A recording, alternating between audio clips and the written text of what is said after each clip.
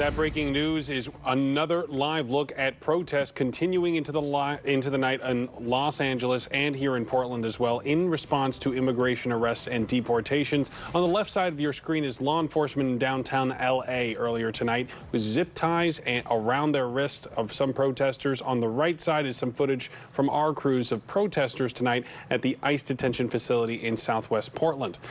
And tonight we are taking a deep dive at both of those protests as they unfold. Thanks for joining us at 11. I'm Barry Mangold.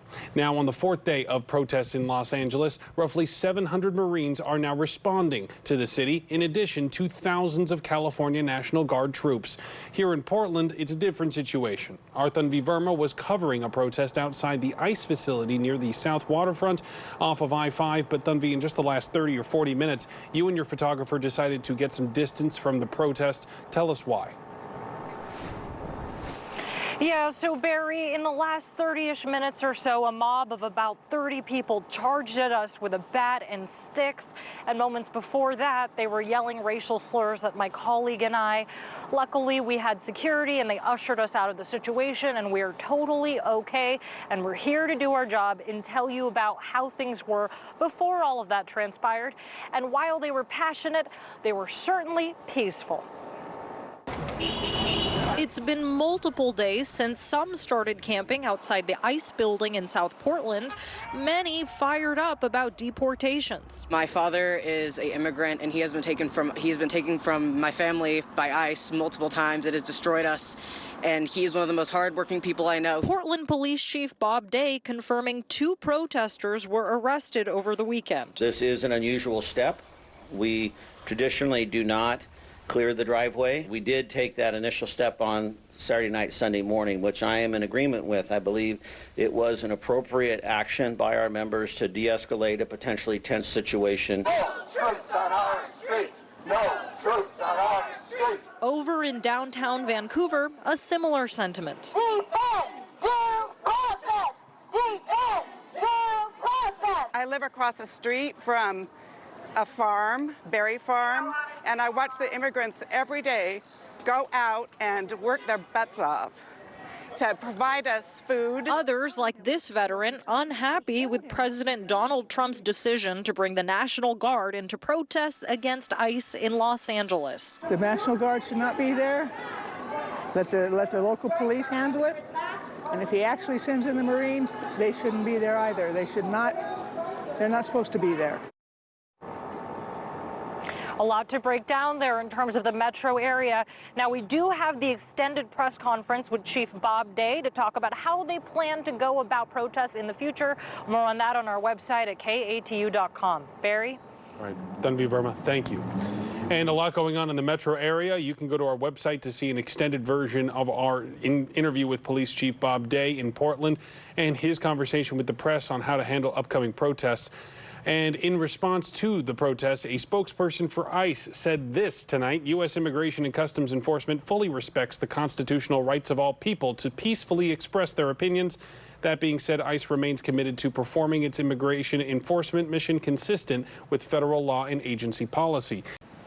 Steve, late today, they got part of what they're asking for when a judge set bail at $50,000 for David Huerta's release. However, Huerta still faces the possibility of federal felony criminal charge, and say that in general, immigrants are coming increasingly under attack. Led by the Service Employees International Union and others, this march and rally called for an end to the immigration raids and for David Huerta's immediate release. No hate, no fear. Immigrants are welcome here. Huerta is an SEIU president in California. Union members say he was assaulted, injured, and detained while advocating for immigrant workers. All I can say is that he was exercising his First Amendment rights. Like we do in many of these demonstrations, it's a constitutionally protected right. David Huerta, a U.S. citizen, was picked up. If we're not all angry and outraged and see the demise of our democracy in this moment, then we're not paying attention. About 200 people took part and filled the plaza outside City Hall, where they denounced the Trump administration and called for people to stand together against injustice. And so for us, it's really about ensuring that that, that they have due process of law, regardless of their immigration status. They also said the National Guard should have never been mobilized against ordinary citizens, especially when California's governor didn't want a military force deployed. Our fight for David Huerta is symbolic. Seattle Mayor Bruce Harrell made a brief appearance at the rally and voiced his support for David Huerta and his cause. City Councilmember Alexis Mercedes Rink was also on hand. The Seattle rally ended peacefully, unlike the images we've seen out of Los Angeles with clashes between protesters and police, which led to dozens of arrests. I think this is a moment for us to come together and for our local and state leaders to actually stand and also see this on attack of state and local rights. So although Huerta was allowed to post bail, he is not in the clear at this point. He still faces the possibility of a felony charge for conspiracy to impede officers. Reporting live, Joel Marino, Como News. Joel. And right here in the capital region, the New York Immigration Coalition is also calling for action. Yeah, so lawmakers and allies are set to gather at West Capitol Park in Albany. Lawmakers and allies, that's where they're going to be. Laura, so can you tell us what they're pushing for?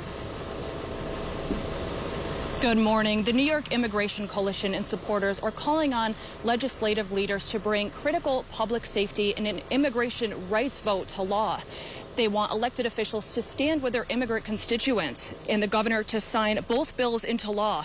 CBS 6 recently spoke with activists Lael Davidson and Renee Roundtree with Indivisible ADK Saratoga, who have been fighting for a man residing in Glens Falls that was recently detained by ICE. Yuri Zinofiev walked into the ICE office in Ballston Spot twice a year for years, but last week he was detained. This is a man who is a working part of our community, who has been incarcerated for no reason without due process. It's horrific. It's very sad. You know, when you think that he's been here for 25 years, he's been a productive member of our community. He now sits behind bars at the Buffalo Federal Detention Facility. Without immediate action from Albany, families remain at risk of being torn apart through local police and ICE. The rally is expected to be held at noon at West Capitol Park in Albany. Reporting live in Albany, Laura Jimette, CBS 6 News. For an ICE protest in Providence. Yeah, it started outside the federal building before protesters marched through city streets, as you can see right here. The Night Team's John Perrick is in Providence now with the latest. John? Well, Dan and Emily, protesters tell us that inside that building is a Homeland Security office. A few hundred gathered, including a state rep. Abolish ICE! Abolish ICE! A call for action. I think that it's clear to all the regular working people of the U.S. that these attacks, these mass deportations and raids on our immigrant communities are completely unjust. We're talking about how resistance is glorious and how we will be victorious! Protesters tonight gathering near the Federal Center building on Westminster Street. The rally was planned by the group PSL Rhode Island in response to the ongoing protests in Los Angeles, which the National Guard was called to. Do you guys support how chaotic these protests have gotten? Shouldn't they be peaceful? I think people have a right to dignity. We have a right to be with our families. We have a right to work and live safely. And people's anger right now is righteous. The protesters then took off, walking down the streets of Providence, going block to block for hours. Their message was clear. It means fundamentally that the streets belong to the people. The streets belong to the working class. If we can and need to, we can shut it down.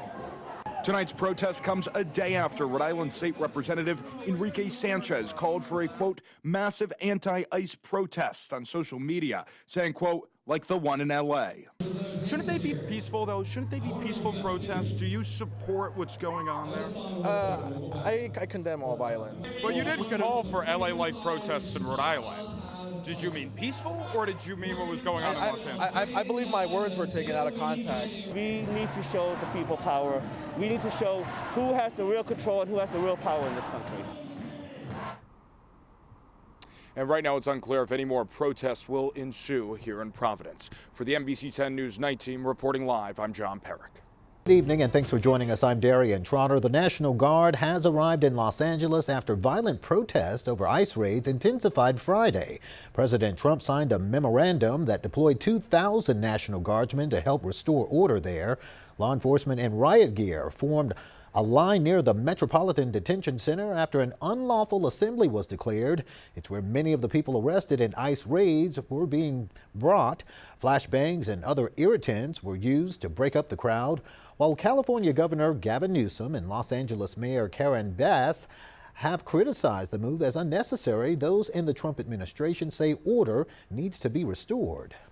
Unfortunately, we've seen some violent protests happen, and that's why these National Guard soldiers are being utilized to help with some security in some areas. They're there at the direction of the president in order to keep peace and allow people to be able to protest, but also to keep law and order.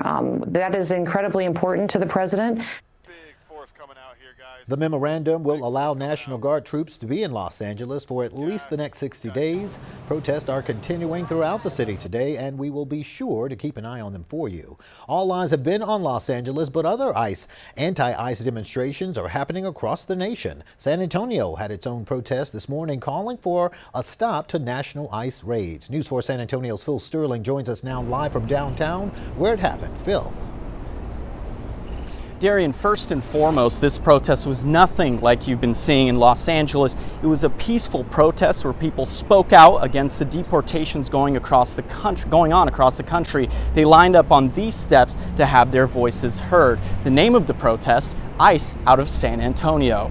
People were holding up signs saying things like abolish ICE and immigrants make America great again. There were even chants saying from Palestine to Mexico, all the walls have got to go. NBC News reports on Thursday, ICE said it had detained more than 2,200 people, the most in a single day ever. Some of those who were in San Antonio with immigrants some of those who were here in San Antonio with immigrants going to immigration court only had their cases dismissed, and then they were put into custody after they went to those cases. We're tired of seeing those horrific scenes that we have been seeing all over the country, where families are being ripped apart right in front of a justice institution where we're supposed to be seeing due process. The protest organizers say it's important to hold protests like this to strengthen the community behind one message. I reached out to officials with the city to see if they had a statement on this protest, and I also reached out to SAPD to see if there are any concerns with any future protests possibly turning violent like some of those in Los Angeles. Phil Sterling reporting live, or well, they didn't get back to me, but Phil Sterling reporting live, News 4 San Antonio.